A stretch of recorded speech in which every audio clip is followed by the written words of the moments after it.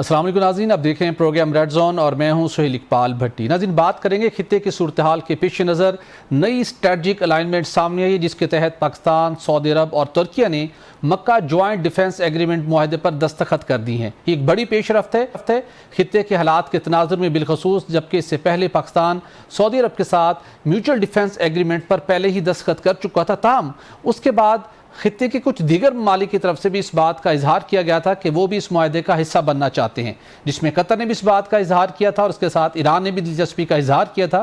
تاہم ایران پر امریکی حملوں کے بعد وہ سلسلہ رک گیا۔ تاہم ہم دیکھتے ہیں کہ سعودی عرب پر عراق کے کچھ مخصوص علاقوں سے اور اس کے ساتھ یمن سے حوثیوں کی طرف سے جو حملے کیے گئے، اس کے بعد اس بات کی اہمیت پر زور دیا گیا کہ ایک شاید نیا ایک ڈیفنس ایگریمنٹ کرنے کی ضرورت ہے، جس کے پیش نظر آج ہم نے دیکھا کہ مکہ مکرمہ میں جہاں پر محمد بن سلمان، جہاں پر پرائم منسٹر پاکستان، اس کے ساتھ ترکیہ کے صدر اور فیلڈ مارشل سید عاصم منیر یہاں اس تقریب میں موجود تھے، جہاں پر اس معاہدے پر دستخط کیے گئے اور پوری دنیا اس معاہدے کو خصوصی اہمیت دے رہی ہے۔ اور فیلڈ مارشل سید عاصم منیر، جنہیں اس معاہدے کا معمار تصور کیا جا رہا ہے، یہ معاہدہ کتنی اہمیت کا حامل ہے، بالخصوص جب اس کی وہ کلاس جس کے مطابق اس معاہدے پر دستخط کرنے والے تینوں ممالک میں سے کسی ایک ملک پر اگر کوئی حملہ ہوا تو یہ حملہ تینوں ممالک پر تصور کیا جائے گا۔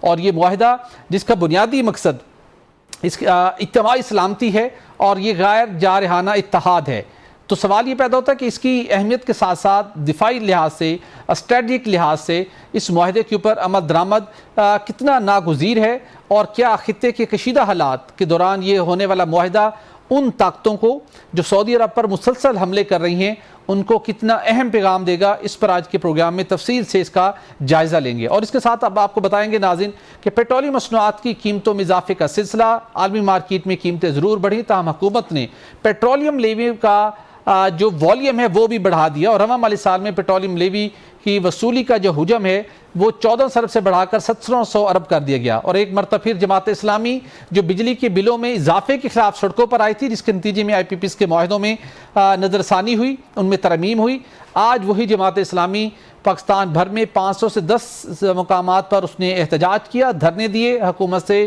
مطالبہ کیا گیا کہ یہ احتجاجی تحریک اس وقت تک جاری رہے گی جب تک پیٹرولیم لیوی کم نہیں کی جاتی، جب تک پیٹرولیم مصنوعات کے صارفین کو ریلیف نہیں دیا جاتا۔ حکومت کے لیے کتنی بڑی پریشانی ہے، کیا حکومت اس پریشانی سے بچنے کے لیے پیٹرولیم لیوی کے ریٹس کو کم کرے گی یا نہیں، اس پر بھی آج کے پروگرام میں بات کریں گے۔ اور اس کے ساتھ آپ کو بتائیں گے کہ chairman Pakistan Peoples Party Bilawal Bhutto کا کہنا ہے کہ اسلام آباد میں مسلم لیگ نون کی حکومت خطرے میں ہے، جس کی الٹی گنتی شروع ہو چکی ہے، اور یہ الٹی گنتی کسی اور نے نہیں بلکہ حکومت کے اپنے لوگوں نے شروع کی ہے۔ ان کا اشارہ کس جانب ہے؟ کیا واقعی نون لیگ کی حکومت کی الٹی گنتی شروع ہو چکی ہے یا نہیں؟ اس پر بھی آج کے پروگرام میں جائزہ لیں گے۔ تو خطے کی صورتحال اور مکہ جوائنٹ ڈیفنس ایگریمنٹ پر بات کرنے کے لیے ہمیں جوائن کر رہے ہیں تجزیہ کار بریگیڈیئر ریٹائرڈ حارث نواز صاحب۔ حارث نواز صاحب، آپ کا بہت شکریہ۔ سر، آج ایک بڑا معاہدہ تھا جو مکہ جوائنٹ ڈیفنس ایگریمنٹ ہوا، پوری دنیا کے اوپر آج اس کے اوپر بات کی جا رہی ہے۔ اس کی اہمیت کے حوالے سے تو میں ضرور آپ سے جاننا چاہوں گا، لیکن ہمارے ناظرین کے لیے میں آپ سے جاننا چاہتا ہوں، پاکستان اور سعودی عرب کے مابین پہلے سے ہی میوچل ڈیفنس ایگریمنٹ موجود ہے، کیا خطے کی موجودہ صورتحال کی وجہ سے اس بات کی ضرورت پیش آئی کہ اب سعودی عرب پاکستان کے ساتھ ساتھ ترکیہ کو بھی اس ٹائپ کے معاہدے کا حصہ ہونا چاہیے؟ دیکھیں، اس کی وجہ یہ کہ پاکستان اور ترکیہ کی ریلیشن شپ جو ہے نا بہت ڈیپ روٹڈ ہے ہسٹوریکل لیول سے۔ آپ نے دیکھا کہ پاکستان اور ترکیہ ہر جگہ پر ہر موقع پہ ہم اور وہ ساتھ ہوتے ہیں، چاہے کشمیر کا معاملہ ہو یا ان کی کوئی ایشوز ہو، ہر جگہ ہماری ساتھ ان کے کھڑے ہوتے ہیں۔ نمبر 2، اپنے ان کی جب سے خلافت موومنٹ اگر آپ کو یاد ہو 1919 سے لے کے 1924، اس وقت سے ہمارے ہسٹوریکل ان سے موومنٹ ہے، اور اسی وجہ سے دونوں ملکوں کی government to government, people to people, minute to minute relation بہت اچھی ہے جی۔ اینڈ ایکچولی ترکی اور پاکستانی عوام ایک دوسرے سے بہت محبت کرتے ہیں۔